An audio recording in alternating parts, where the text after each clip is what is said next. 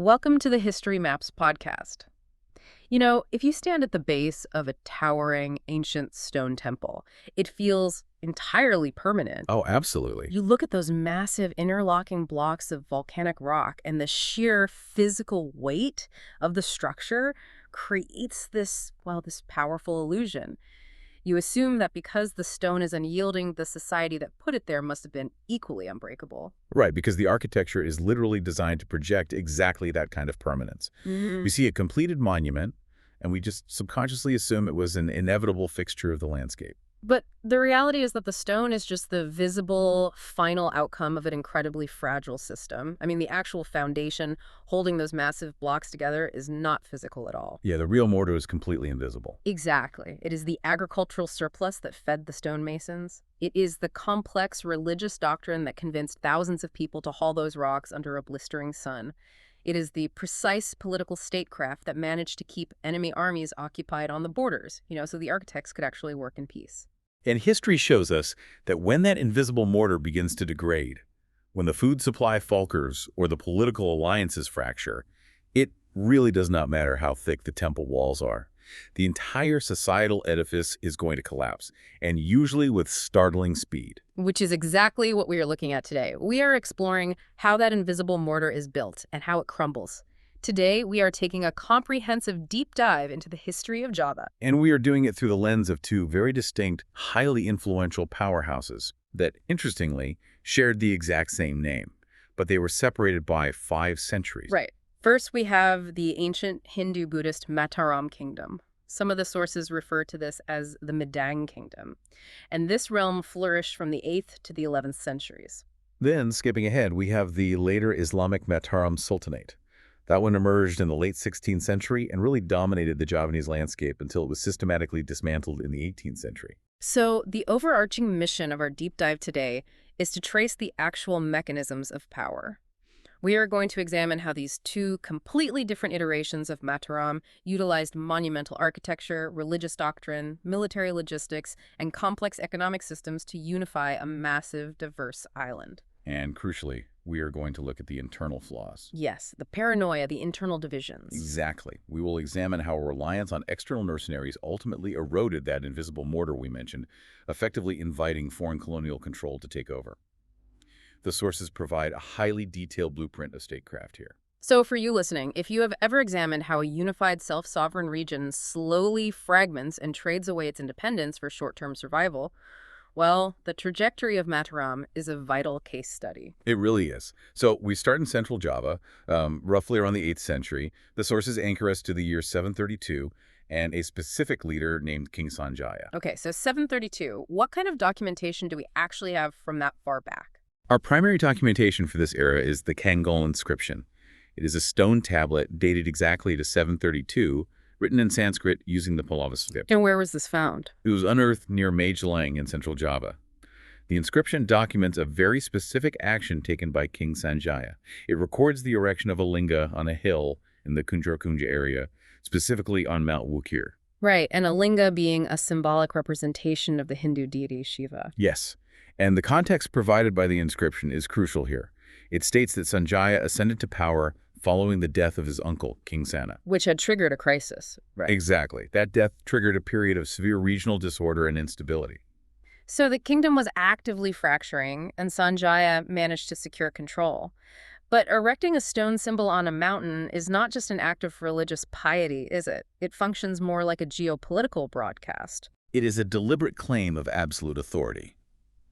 By placing the linga on Mount Wukir, Sanjaya is basically signaling to every regional lord that the period of chaos is officially over. He is positioning himself as a Chakravartin. Let us examine that term, Chakravartin. The standard translation is usually universal monarch. But what does that actually mean for the people living under his rule on a daily basis? It goes way beyond simply being a king. The concept dictates that the ruler is the literal axis of the universe.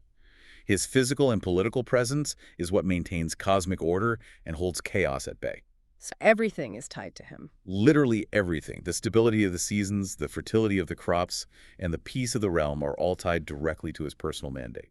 But a ruler cannot maintain cosmic order or an earthly army just by carving a stone tablet. I mean, power requires revenue. And in 8th century Java, revenue meant agriculture. Specifically, it meant harnessing the geographical reality of the Kedu and Kewu plains in central Java. This is a region defined by intense volcanic activity. Mount Merapi, which is one of the most active volcanoes on the planet, looms directly over these plains. Which sounds like a constant existential threat, but paradoxically, it is actually their greatest economic asset. Because the frequent volcanic eruptions deposit mineral-rich ash across the plains, constantly rejuvenating the soil, this creates some of the most fertile land in the world. And that fertility is what allowed the ancient Mataram society to develop their defining economic mechanism, right? The intensive wet rice agriculture. Yes, known locally as sawa. We need to spend some time on the mechanics of sawa because this is not just tossing seeds into a field and waiting for rain. Wet rice farming is essentially terraforming. It is. It requires a massive, sustained coordination of human labor. To cultivate wet rice on a slope, you have to carve intricate terraces into the hillside. You are reshaping the mountain. Exactly. And then you have to engineer complex irrigation canals to ensure the water flows at the exact right volume from the top terrace all the way down to the bottom. Because the water flow is highly sensitive. Very. If the water stagnates, the crop fails.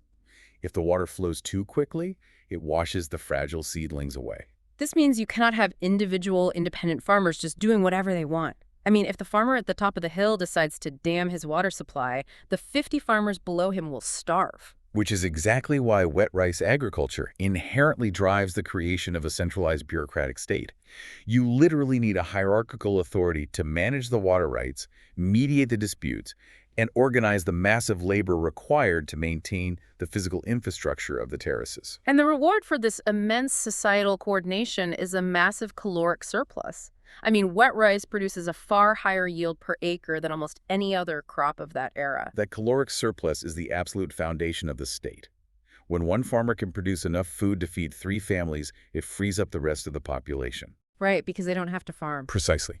You suddenly have the resources to support standing armies, a class of bureaucratic administrators, full-time artisans, and the tens of thousands of laborers required to build monumental architecture. Which leads directly into a major shift in the political landscape. King Sanjaya, the ruler who erected the linga, is from the Sanjaya dynasty, and he practices Shaivite Hinduism. But by the year 760, our sources indicate a complete shift in power. Yes, a new lineage, the Sailendra dynasty, takes control, starting with King Kanankaran. And the notable thing is, the Sailendra rulers are Mahayana Buddhists. We see the evidence of this shift in the Kalasan inscription of 778, right? Correct. It records King Kanankaran funding the construction of a major Buddhist temple dedicated to the goddess Tara. Now, this seems like it should be a recipe for immediate civil war. If we look at other regions in history or even modern political shifts, when a new administration takes power and completely alters the state religion, it usually results in massive societal upheaval. That is usually the pattern, yes. Yeah. So, did the Hindu agrarian population revolt against this new Buddhist elite? The sources indicate almost no strict religious conflict. And this brings us to a core mechanism of Javanese society, which is religious syncretism. Hinduism and Buddhism were not viewed as mutually exclusive zero-sum ideologies. They weren't competing for absolute dominance. No, they functioned more as complementary philosophical systems layered over the existing indigenous beliefs. So the local farming communities are not suddenly abandoning their ancestors or their local spirits. Definitely not.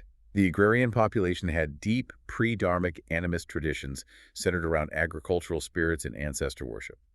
When the elites adopted Hinduism, and later Buddhism, the local population simply absorbed these new deities into their existing cosmological framework. So a Hindu god or a Buddhist bodhisattva was viewed as another powerful entity to be respected. Right, not a reason to dismantle the local village structure. The elite rulers are adopting these Indian religions as a sophisticated political and spiritual vocabulary, but they are not executing purges to force the peasantry into strict orthodoxy. And we see this fluid coexistence formalize at the very top of the political structure by the mid-9th century. Rakai Pikatan, a ruler from the Hindu Sanjaya dynasty, marries Pramodha Wardani, a princess from the Buddhist Sailendra dynasty. They literally marry the two factions together. This union effectively unifies the kingdom, blending the political legitimacy and the immense resources of both lineages. And they decide to project this unified power through stone. This period produces some of the most complex, labor-intensive architecture in human history. It really does. Around 825, under the Salendro ruler Samaratunga, the kingdom completes the construction of Borobudur. Which is massive. It is a monumental Mahayana Buddhist stupa, engineered as a massive three-dimensional mandala. It features thousands of relief panels and hundreds of Buddha statues. And then shortly after that. Around 856, the unified kingdom under Rakai Pikatan completes the Prambanan temple complex, also known as Shivagra, which is a towering, deeply intricate Hindu monument. Let us look at the pure logistics of this. Building Borobudur is not just an act of devotion, it requires an astronomical amount of resources. You have to quarry the volcanic stone, transport it, carve it with extreme precision, and feed the massive workforce doing all of this for decades. It is a logistical mountain to climb. So how does an 8th century agrarian kingdom fund something of this scale without bankrupting the royal treasury? They did it by utilizing a highly specific administrative mechanism known as the Sima system. How exactly does a Sima function? A Sima was a formal royal edict that designated a specific parcel of land, usually highly productive wet rice terraces, as tax-free. Wait, if the central goal of the state is to fund massive construction projects, why is the king giving away tax-free land? I mean, he is deliberately cutting off his own revenue stream. Well, he is redirecting the revenue, not losing it. The Sima grant came with rigid stipulations. The regional lord, known as a Rakai, who administered that specific agricultural zone, was legally exempted from sending his rice surplus to the central palace. Okay, so he keeps the rice. But he was legally mandated to use that exact surplus to fund the construction and perpetual maintenance of a specific religious monument in his district. Oh, I see the logic. It is similar to how a modern government might offer massive tax breaks to a corporation, but only on the condition that the corporation builds and maintains a public highway in their district. That is a very accurate comparison. The central authority gets the infrastructure built, but they completely offload the logistical nightmare of managing the daily payroll and maintenance to a regional manager. It is an incredibly efficient delegation of statecraft. The king gets a towering monument built in his honor, projecting his centralized power across the landscape. But he does not have to spend his time figuring out how many bowls of rice the stonemasons need on a Tuesday. The local Rakai handles the microeconomics. Exactly. And it binds the regional lords to the king. The Rakai gets the prestige of managing a sacred site, but his power is entirely dependent on the king's continued blessing of the Sima grant. It reinforces that concept of the Chakravartin. Yeah. You know, when a peasant looks up from the rice terraces and sees the immense stone structure of Borobudur or Prambanan dominating the skyline, they are seeing a physical manifestation of the king's ability to command the environment. The temples were highly sophisticated visual communication tools. They proved to the entire population that the centralized state possessed the divine mandate to rule. The system appears flawless. You have immense agricultural surplus, a unified elite class secured through marriage, and monumental architecture projecting absolute power. But by the 10th century, the entire structure of the ancient Mataram Kingdom undergoes a massive, abrupt geographical shift. Yes. Around the year 929, a ruler named King Mupu Sindok initiates a complete relocation. He abandons the deeply fertile, temple-heavy landscape of central Java and moves the entire royal capital east into the valley of the Brantis River. And in doing so, he establishes a new lineage known as the Isyana dynasty. But why walk away from central Java? The Kedu Plains were the economic engine of the state. You do not just abandon the infrastructure of Borobudur and Prambanan without a severe catalyst. The sources point to two primary pressures. One environmental and one economic. The environmental theory centers on Mount Merapi. The same volcanic activity that made the soil so fertile also presented a constant catastrophic risk. So an eruption forced them out. It is highly probable that a series of severe eruptions buried crucial agricultural infrastructure, or just made the region too hazardous to maintain a central government. Because you cannot run a bureaucracy if the capital is constantly covered in ash. So what is the economic pressure? Global trade dynamics were shifting. The Java Sea was becoming increasingly lucrative due to the maritime spice trade. By moving the capital to East Java, specifically along the navigable Brantis River, the kingdom gained direct, efficient access to the northern coast. They are pivoting from a purely inland agrarian economy to an export-focused maritime economy. Exactly. The Brantis River becomes their highway to the coast. allowing them to trade Javanese rice for spices from the eastern islands and then trade those spices to merchants from the Asian mainland. But this economic pivot comes with a severe geopolitical consequence. By entering the maritime trade arena, Mataram puts itself in direct competition with the reigning naval superpower of the region. The Srivijaya Empire. Yes, which was based across the water in Sumatra. And Srivijaya already controls the critical shipping lanes, like the Strait of Malacca. They are not going to tolerate an emerging Javanese power cutting into their trade monopolies. And this rivalry triggers a series of escalations that eventually shatters the ancient Mataram Kingdom. By the year 990, Mataram is under the rule of King Dharmawangsa. He assesses the situation and decides to take a massive, aggressive gamble.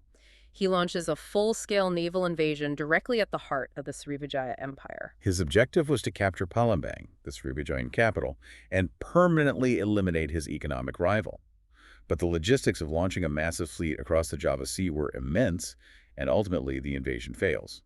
Dharmawangsa's forces are repelled. He overextended his military capacity, and Srivijaya survives. But Srivijaya does not retaliate immediately. They bide their time and exploit the internal weaknesses of Mataram.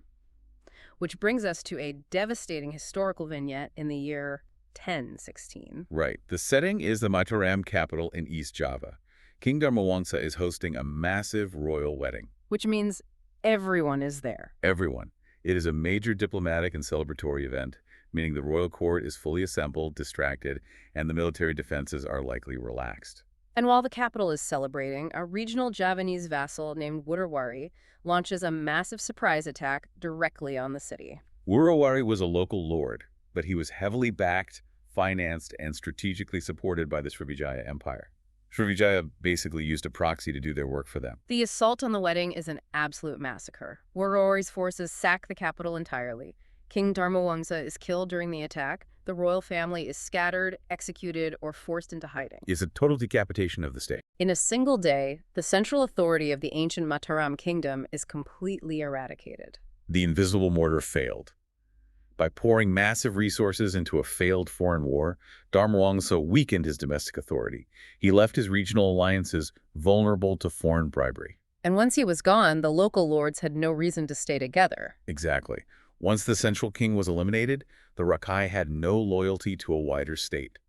The massive unified kingdom instantly fragmented into dozens of small, competing local principalities. The central state dissolves, and Java enters a long period of shifting regional powers. Over the next 5 centuries, empires will rise and fall across the island.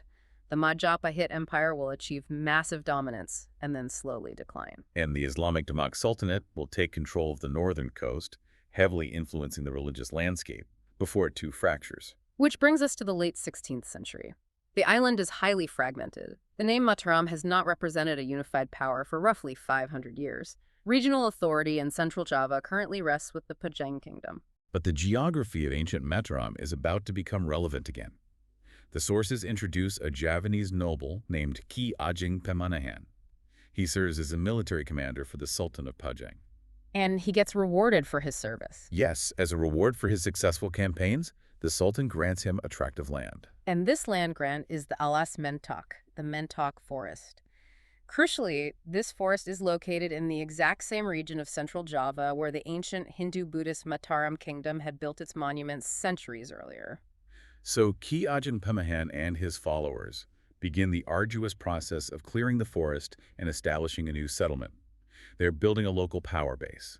But the pivotal shift really happens under his son, Suthawijaya. Suthawijaya, who will later be known by the title Panembahan Senopati, is far more ambitious than his father. He consolidates the local economy, builds up a military force, and essentially decides he no longer wants to pay tribute to Pajang. Right. Around the year 1586, Senopati openly declares his independence. He successfully defeats the military forces sent by Pajang to subdue him. He holds his ground. He does. He establishes his capital at Kodajade and officially founds the Mataram Sultanate. He resurrects the name of the ancient empire. But Senopati faces a massive immediate problem of statecraft. He has military control, but he has no inherent political legitimacy. He is starting a brand new dynasty entirely from scratch. He has to convince millions of Javanese agricultural workers who are steeped in centuries of deep cultural traditions that he has the actual divine right to rule them. which leads to one of the most complex pieces of ideological engineering in Javanese history. To secure his legitimacy, Senapati does not just rely on a military parade. He needs something deeper. According to the dynastic chronicles, specifically the Babad Tanah Jawi, he goes to the rugged southern coast of Java to perform deep ascetic meditation. He is seeking a spiritual endorsement that supersedes his lack of royal blood. The chronicle states that his intense meditation disturbs the spiritual realm, summoning a highly revered figure, Nyai Roro Kidul, the Queen of the Southern Sea. She is a deeply entrenched, pre-Islamic spirit entity. She commands the ocean and the unseen spiritual forces of the island. According to the foundational myth, she recognizes Senapati's inherent spiritual power. She submits to him, and they engage in a spiritual union within her underwater palace. And she makes a pact with him. Yes, she makes a binding pledge that she and her infinite armies of spirits will perpetually protect the rulers of the Mataram Sultanate, provided they perform the appropriate annual offerings. But wait, let's look at how this works practically. Senapati is founding an Islamic sultanate. Islam is strictly monotheistic. Right. So how does the founding mandate of an Islamic state rely entirely on a localized animist sea spirit? Does that not immediately alienate the religious scholars and invite a revolt based on heresy? That is the big question, and the crucial mechanism here is the nature of Javanese Islam, often referred to as Kabatanan. It was highly pragmatic. The rulers of Mataram understood the demographic reality of their new empire. The coast versus the inland. Exactly. The coastal trading cities were heavily influenced by Orthodox Islam, but the massive inland agrarian population, the people actually growing the rice that funded the state, were still deeply tied to pre-Islamic animist and Hindu-Buddhist traditions. So if Senapati tries to enforce strict foreign religious orthodoxy on the farmers, they will stop paying taxes and rebel. He needed a unifying concept known as the Wahyu Kepraban, the divine mandate. By claiming a spiritual alliance with Nyai Roro Kidul, Senapati was speaking directly to the indigenous cosmology of the peasantry. He merged his Islamic political title with the ancient localized spiritual authority of the land itself. It was a calculated ideological tool. It proved to the rural population that he had the backing of the cosmos, securing their obedience without having to station a garrison of troops in every single village. He builds the invisible mortar of legitimacy, and with that foundation secure, his successors begin to expand. The Mataram Sultanate reaches its absolute zenith under Senapati's grandson, Sultan Agung, who reigns from 1613 to 1645. Sultan Agung operates with a singular driving ambition: the complete territorial unification of the entire island of Java under the banner of Mataram. To achieve this, he has to systematically dismantle every competing regional power. His most formidable opponent is located in the east, the city-state of Surabaya. Surabaya is deeply wealthy, heavily fortified, and controls a massive network of maritime trade. And the sources detail Agung's campaign against Surabaya, and it is a brutal masterclass in logistical warfare. Sultan Agung understands that launching a direct infantry assault against the thick defensive walls of Surabaya would result in catastrophic casualties for his own army. So he opts for a strategy of absolute attrition. A long siege. The siege of Surabaya is not a quick battle. It lasts for 5 agonizing years, from 1620 to 1625. He slowly dismantles their entire support network.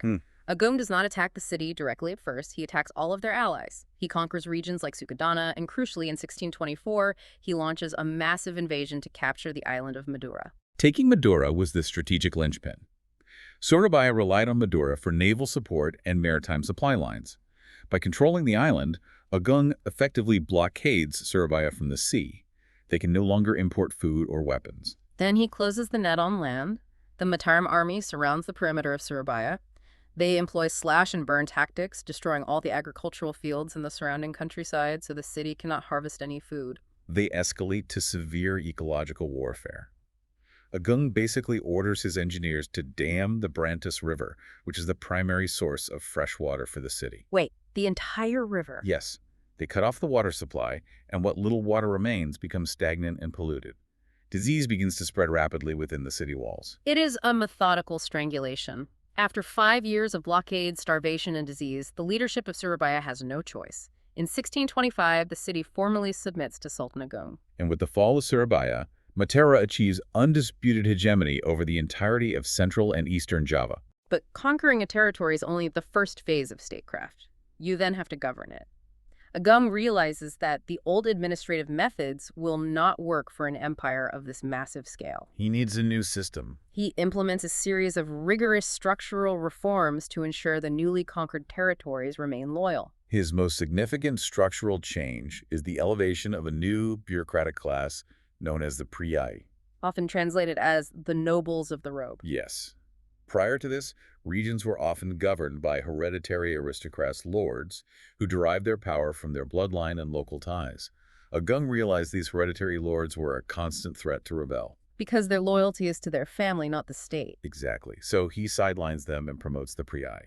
These were appointed administrators. Their status, their wealth, and their authority did not come from their ancestry. It came entirely from their service and absolute loyalty to the Sultan. To ensure their loyalty, he has to pay them. But he does not pay them with chests of gold or silver coins. He utilizes the appanage system. The appanage system functions by granting the rights to labor and resources, rather than currency. Let us break down how this actually works on the ground. If I am a high-ranking priai official, how do I get my salary? The Sultan issues a royal decree granting you an appanage. Let us say the economic output of 3 specific farming villages. You do not own the land itself. Okay, so the state still owns the land. But you are legally entitled to collect the rice surplus produced by the peasant households in those villages, and you have the right to demand their corvée labor for your own projects. It is remarkably similar to how a modern corporation might compensate a CEO. Instead of a massive cash salary, the board gives the CEO stock options. The CEO's personal wealth is now inextricably tied to the continued profitability and stability of the company. That's a great way to look at it. In Mataram, the priai official's wealth is entirely dependent on keeping his assigned villages productive and loyal to the Sultan. If he rebels, the Sultan simply revokes the appanage grant, and the official is instantly impoverished. It creates a highly centralized web of dependency. The Sultan controls the flow of all wealth. However, the inherent flaw in the appanage system is the immense pressure it places on the agrarian base. Because the officials want to maximize their income. Right. The officials are highly motivated to extract as much rice and labor as physically possible from the peasantry to enrich themselves, which frequently leads to severe exploitation and simmering rural resentment. Agung also recognizes that administrative control requires cultural unification. He needs his massive, diverse empire to operate on a single rhythm. So in 1633, he makes a profound change. He creates an entirely new timekeeping system, the Javanese Islamic calendar. Often referred to as the Hijri Saka calendar. It is a brilliant mathematical and cultural synthesis. Why invent a new calendar? What was wrong with the old ones? He had 2 conflicting systems operating simultaneously. As an Islamic sultanate, the state was required to observe religious festivals, fasting months, and legal proceedings according to the Hijri calendar, which is strictly lunar. The problem is that a lunar year is roughly 11 days shorter than a solar year. Yeah. The months constantly drift backward through the seasons. Exactly. And Mataram is an agrarian empire. You cannot schedule the planting and harvesting of wet rice based on a lunar calendar. The farmers must follow the solar seasons to predict the monsoons. So what were the farmers using? They're using the traditional Hindu-Javanese Saka calendar, which is solar. It is like trying to run a massive global supply chain where the corporate headquarters schedules everything based on the phases of the moon, but all the actual manufacturing plants operate on a standard Gregorian calendar. Eventually, a shipment is going to be ordered when the factories are shut down for winter. The logistics would be a nightmare. Agung solves this by decreeing a unified system. He takes the lunar structure of the Islamic calendar and mathematically synchronizes it with the numerical year of the solar Saka calendar. He forces the 2 timelines to align. By doing so, he ensures that the religious obligations of the Islamic State, the tax collection schedules of the priai bureaucrats, and the agricultural realities of the peasant farmers all operate on one unified, state-mandated schedule. It is a profound exertion of royal authority over the very concept of time. He has centralized the administration, unified the culture, and crushed his internal rivals. But as Sultan Agung looks toward the western edge of Java to complete his unification of the island, he encounters an entirely different kind of entity. He runs into a heavily armed foreign corporate monopoly. The Dutch East India Company, universally known as the VOC. The VOC had established a massive, fortified headquarters on the northwestern coast of Java in a city they called Batavia, which is modern-day Jakarta. Sultan Agung correctly identifies the VOC not just as foreign merchants, but as a severe structural threat to his sovereignty. The Dutch are monopolizing the maritime trade routes that Mataram relies on for wealth. So he decides they have to go. Yes, Agung decides that to secure Java, the VOC must be expelled entirely. This decision initiates the massive, grueling military campaigns known as the Sieges of Batavia, occurring in 1628 and 1629. The sheer geographical logistics of these campaigns are staggering. Agung is attempting to project inland agrarian military power across the entire length of the island to attack a coastal, European-designed star fort. He is mobilizing tens of thousands of Javanese soldiers. The first siege in 1628 is a catastrophic failure. It is not because the Javanese troops lack courage, but because the logistics of feeding an army of that size, hundreds of miles away from their agricultural base, are impossible to maintain. The supply lines just couldn't handle it. The troops run out of rice, the supply lines collapse, and they are forced to retreat in disarray. And the failure is punished severely. Agung orders the execution of the commanders who led the 1628 campaign. For the second siege in 1629, Agung addresses the logistical flaw. He understands that an army marches on its stomach. Months before the actual invasion, he orders the construction of massive hidden rice stockpiles in strategic coastal towns along the march route, specifically in Karawang and Cirebon. He is basically pre-positioning the caloric fuel required for the siege. But the VOC are not passive defenders. They operate a highly effective espionage network. Dutch spies locate these hidden Mataram supply depots. Before the main Javanese army even arrives, the VOC dispatches rapid naval squadrons up the coast. They launch amphibious strikes, locate the massive rice stockpiles, and burn them completely to the ground. It is a devastating preemptive strike. When the Mataram army finally reaches Batavia in 1629, they are already starving. Their fuel has been destroyed. But despite the massive disadvantage, the Javanese engineers execute a brilliant, desperate, tactical maneuver. They locate the Siliong River, which flows directly into Batavia, and provides the Dutch fortress with its only supply of fresh drinking water. The Mataram forces build a massive earthen dam across the Siliwan. This immediately halts the flow of fresh water into the city. The water inside Batavia's canals backs up, becomes stagnant, and mixes with the tropical heat and waste. It creates the perfect breeding ground for disease. A catastrophic outbreak of cholera sweeps through the Dutch fortress. The biological tactic actually works. The cholera outbreak kills hundreds of defenders, including the ruthless, deeply feared VOC Governor-General Jan Pieterszoon Cohen. But the death of the VOC commander is not enough to break the physical walls of the Star Fort. Outside the walls, the situation for the Mataram army is terminal. Without their pre-positioned rice stockpiles, they cannot sustain the siege. Starvation ravages the Javanese ranks, followed rapidly by malaria and dysentery. Entire divisions are decimated by hunger and disease before they even engage in combat. Ultimately, the Mataram forces have no choice but to break the siege and begin a brutal, disorganized retreat back to central Java. The retreat marks a definitive turning point in Javanese history.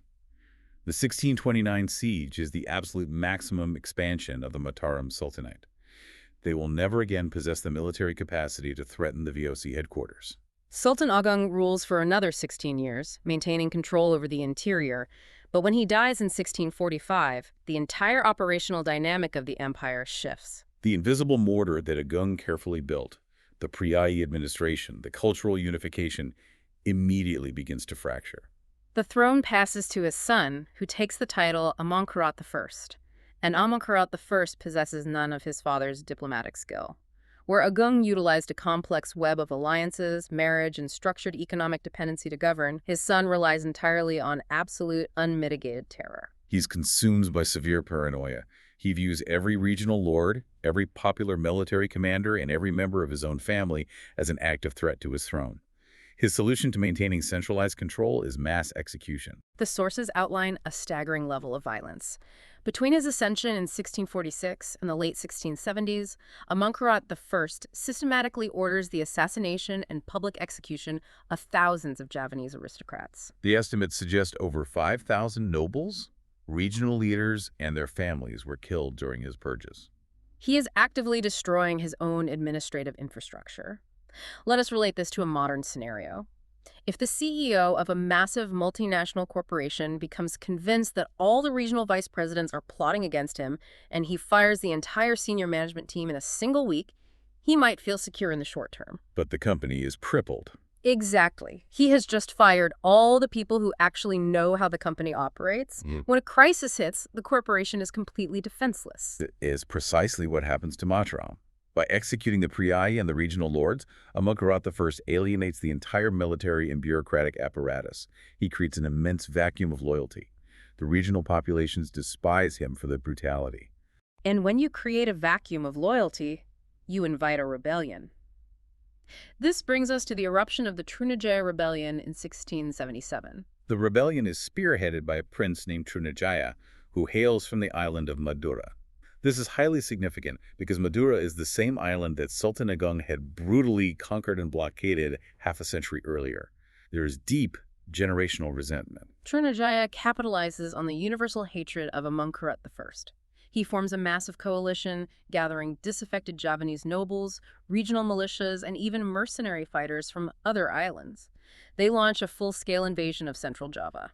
Because Amonkherat I has spent the last 3 decades executing his most capable generals and alienating his troops, the Mataram army essentially collapses. There's no one willing to fight and die for the Sultan. Trunajaya's forces sweep through the interior with almost no resistance. They reach the Mataram capital and completely sack it.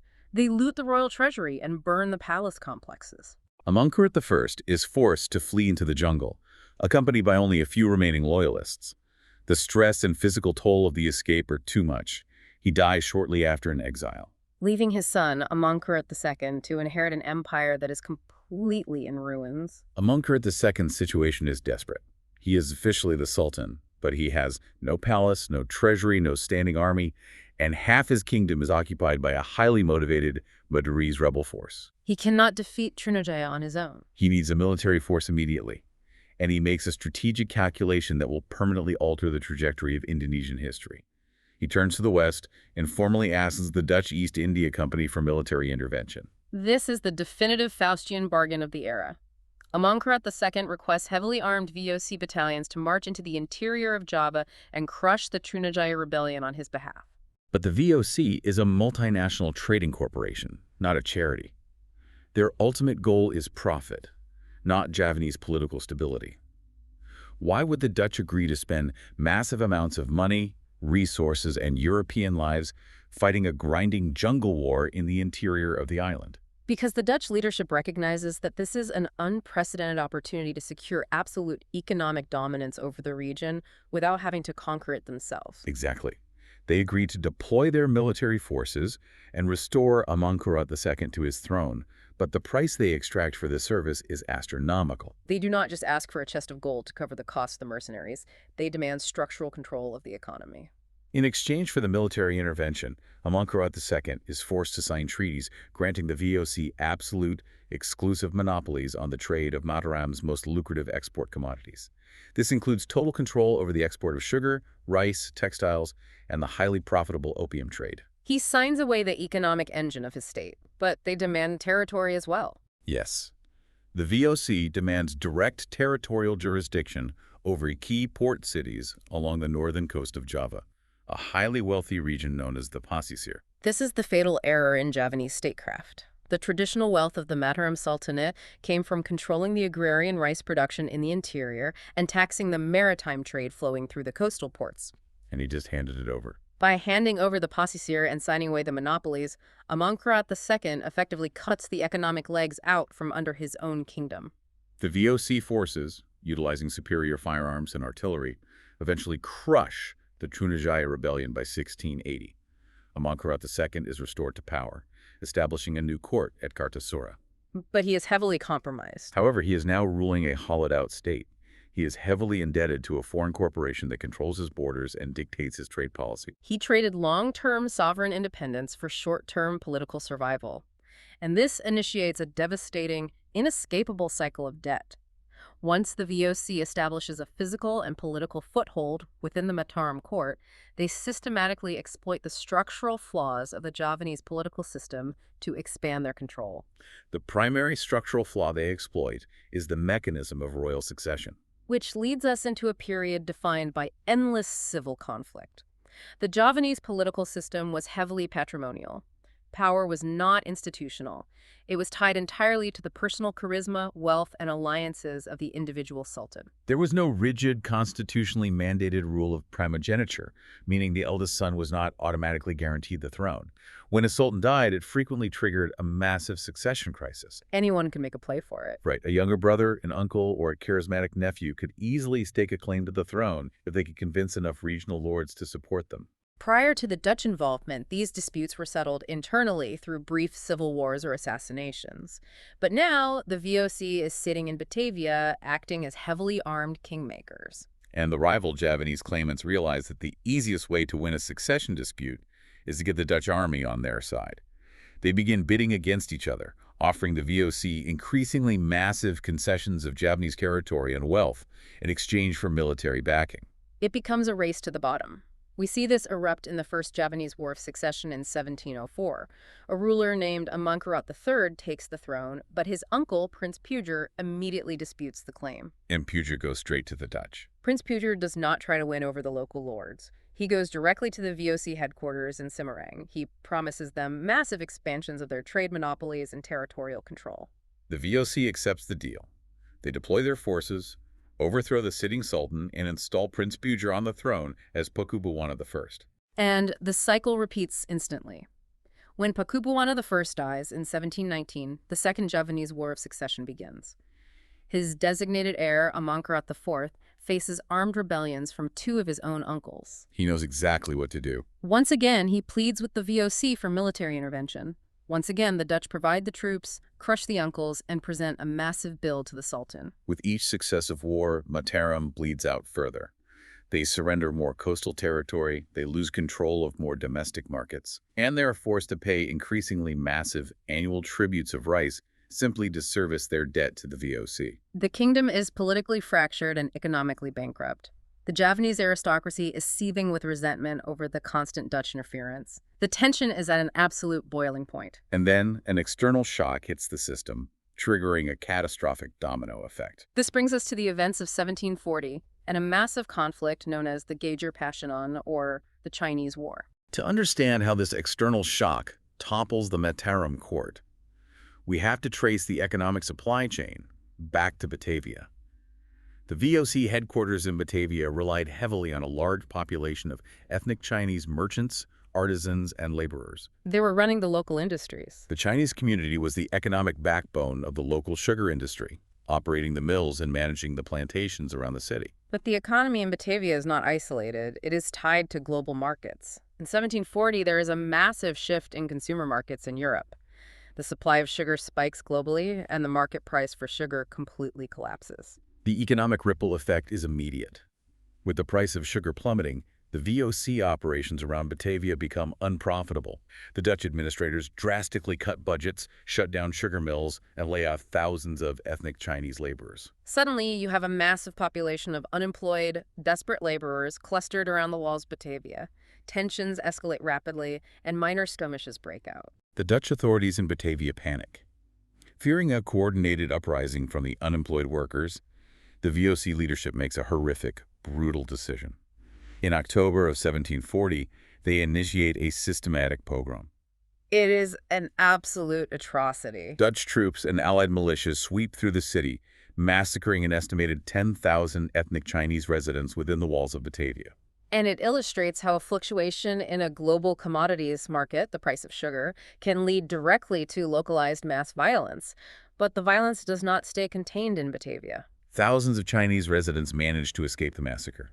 Led by a highly capable commander named Pan Zhang, these heavily armed refugees flee eastward, out of VOC-controlled territory, and directly into the jurisdiction of the Mataram Sultanate. They are seeking sanctuary, but more importantly, they are seeking revenge against the VOC. They begin moving along the northern coast, launching highly effective attacks against Dutch trading outposts and garrisons. And as this displaced Chinese army moves east, something highly significant happens. They find willing, enthusiastic allies among the local Javanese population. Because the locals also hate the Dutch. The Javanese peasants and regional lords are deeply impoverished by the VOC trade monopolies and the heavy taxation required to pay the Sultan's debts. The enemy of my enemy is my friend. The Chinese refugees and the Javanese locals form a massive, unified insurgency aimed entirely at eradicating the Dutch presence on the island. This massive rebellion sweeps across the coast, creating a profound crisis for the sitting ruler of Mataram, Sultan Pakubuwana II. Pakubuwana II finds himself trapped in an impossible geopolitical vice. On one side, he owes his throne, his security, and massive financial debts entirely to the VOC. If he betrays them, they will cut off his support. On the other side, his own Javanese aristocrats and the general population are demanding that he support the rebellion. They see this as the perfect opportunity to unite the island and permanently expel the Dutch. The Sultan wavers. He tries to play both sides. Initially, he secretly lends support to the Chinese-Javanese rebel coalition. He even dispatches Mataram artillery units to assist the rebels in laying siege to a major VOC fortress in Semarang. But the siege of Semarang stalls. Dutch reinforcements arrive by sea, and the rebel assault begins to falter. Pakubuwana II watches the momentum shift, and he panics. He realizes the VOC might survive the uprising. And if they do, they will execute him for treason. So he abruptly switches sides. He publicly denounces the rebels and formally declares his absolute loyalty to the VOC. This flip-flop is a catastrophic miscalculation. The combined Chinese-Javanese rebel army views his betrayal as the ultimate treason. They immediately abandon their assault on the Dutch outposts, turn their forces around, and march directly toward the Mataram capital of Kartasura. They are no longer just fighting the VOC, they are coming to depose the Sultan. In 1742, the rebel forces overwhelm the royal defenses and successfully breach the walls of the palace. Kartasura falls. Sultan Pakubuwana II and his family are forced to flee into the countryside, crossing the Solo River in complete disgrace. The capital is thoroughly looted and destroyed. Eventually, the combined forces of the VOC military and Javanese troops who remained loyal to the Sultan managed to launch a counteroffensive. They defeat the rebel coalition and restore Pakubuwana II to power. Because the Kartasura palace is in ruins, he is forced to construct a brand new capital nearby, establishing the city of Surakarta. But the Dutch do not rescue him for free. They present him with the invoice for his salvation. To pay for the military intervention that saved his life and restored his throne, Pakubuwana II is forced to sign a new, devastating contract. He cedes the entirety of the northern coastline of Java directly to the VOC. Mataram is now completely landlocked. They have lost all access to the maritime trade routes. They are entirely enclosed by Dutch territory, functioning as a dependent vassal state. And this immense loss of sovereignty pushes the Javanese aristocracy to the absolute breaking point. The elite class is furious. They watch their wealth and independence evaporate to pay for the Sultan's weakness. This resentment triggers the final fatal conflict, the Third Javanese War of Succession. The catalyst occurs in 1749. Sultan Pakubuwana II is on his deathbed. As he is dying, highly credible rumors spread through the court that he has signed a final, secret document. A document that legally transfers the ultimate sovereignty of the Mataram Sultanate directly to the Dutch East India Company, requesting that the VOC manage the succession of his young, inexperienced son, Pakubuwana III. For the remaining capable Javanese princes, this total capitulation is unacceptable. Two highly prominent figures take action. Prince Mangkubumi, who is the dying sultan's own brother, and Raden Masid, a brilliant military tactician, launch a massive, coordinated rebellion. They reject the authority of the young heir, Pakubuwana III, and they declare open war on the VOC. This conflict lasts from 1749 to 1757. Mangkubumi and Raden Masid do not try to fight the Dutch in pitched battles. They utilize the terrain. They retreat into the interior and wage a highly effective, grinding guerrilla war. They command massive loyalty from the agrarian population, who supply them with intelligence and food. The war degrades into a brutal, expensive stalemate. Mangkubumi essentially controls the entirety of the eastern and central territories, while the VOC and the young sultan are trapped in the capital and the northern coast. The Dutch military commanders analyze the situation and come to a stark realization. Fighting an endless jungle insurgency against popular, highly capable Javanese royalty is bankrupting the company. The VOC determines that total military conquest of the interior is simply too costly. The profit margins are disappearing.